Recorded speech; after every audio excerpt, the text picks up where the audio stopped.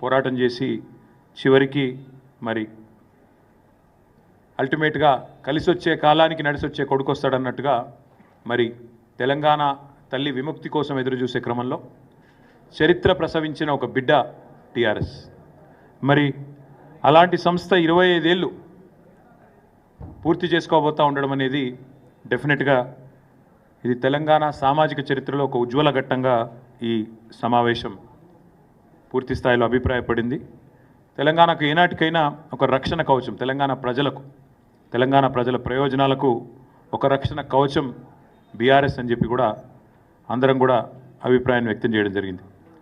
పెద్దలు మా పార్టీ అధ్యక్షులు ఇవాళ మాకు గతం గురించి ఏ పరిస్థితుల్లో తెలంగాణ తల్లడిల్లిపోయింది, ఎన్ని రకాల విపత్తులతో తెలంగాణ ప్రజలు తలపడ్డది, ఎన్ని రకాల విపత్తులతో తెలంగాణ ప్రజలు ఇబ్బంది పడ్డది, కాంగ్రెస్ పార్టీ మొదటి నుంచి ఎంత కర్కశంగా తెలంగాణ ప్రజలను అవమానించింది, ఎన్ని రకాలుగా హింసించింది, ఇవన్నీ కూడా సోదాహరణంగా చెప్తూ గతంలోని పోరాటాలన్నింటినీ గుర్తు చేసుకుంటూ మననం చేసుకుంటూ సాయుధ పోరాటం కానీ, ఇడ్లీ సాంబార్ గోబ్యాక్ ఉద్యమం కానీ, ఆ తర్వాత జరిగిన తెలంగాణ ఉద్యమం కానీ, ఆ తర్వాత కాంగ్రెస్ చేసిన మోసం, అదేవిధంగా ముల్కీ రూల్స్ని చట్టబద్ధమే అని చెప్పి సుప్రీంకోర్టు తీర్పునిస్తే దాన్ని కూడా బేఖాతరు చేస్తూ రాజ్యాంగ సవరణ చేయడం కానీ, ఇవన్నీ కూడా వారు గుర్తు చేసుకుంటూ అల్టిమేట్గా తెలంగాణ పోరాటంలో ఎన్ని ప్రాణాలు త్యాగమైతే, ఎంతమంది పోరాటం చేస్తే ఈరోజు మనకి రాష్ట్రం వచ్చింది. కేసీఆర్ గారు మా అందరికీ కూడా గతాన్ని గుర్తు చేయడంతో పాటు రాష్ట్రంలో ప్రస్తుత రాజకీయ పరిణామాలను స్పృశిస్తూ పార్టీ తరఫున రాబోయే కాలంలో చేయాల్సిన కార్యక్రమాల విషయంలో కూడా చాలా వివరంగా దిశానిర్దేశం చేసినారు. ముఖ్యంగా అందరి అభిప్రాయం కూడా ఏమి అంటే, ఇవాళ తెలంగాణ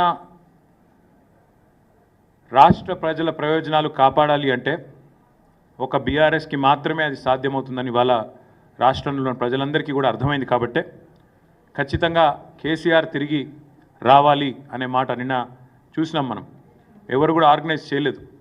కేసీఆర్ గారి జన్మదినం సందర్భంగా తండోపతండాలుగా వేలాది మంది స్వచ్ఛందంగా కేసీఆర్ గారిని వెతుక్కుంటూ వారి నియోజకవర్గానికి పోయిన పరిస్థితిని కూడా మనం చూసినాం. అందుకే ఇవాళ సమావేశం యొక్క ముఖ్యమైన ఆలోచన ఏంటంటే, అందరి అభిప్రాయం కూడా ఏంటంటే, మాకు అధికారమే పరమావిధిగా పనిచేసే ఆలోచన లేదు. తెలంగాణ అస్తిత్వ పరిరక్షణ ముఖ్యం, తెలంగాణ ప్రజల ప్రయోజనాల పరిరక్షణ ముఖ్యం, వాటి కోసం పనిచేయాలని చెప్పి సమావేశం ఈరోజు అభిప్రాయపడ్డది. ఇందాక నేను చెప్పినట్టు ఈ 25వ సంవత్సరం సిల్వర్ జూబ్లీ ఉత్సవాలు, రజతోత్సవం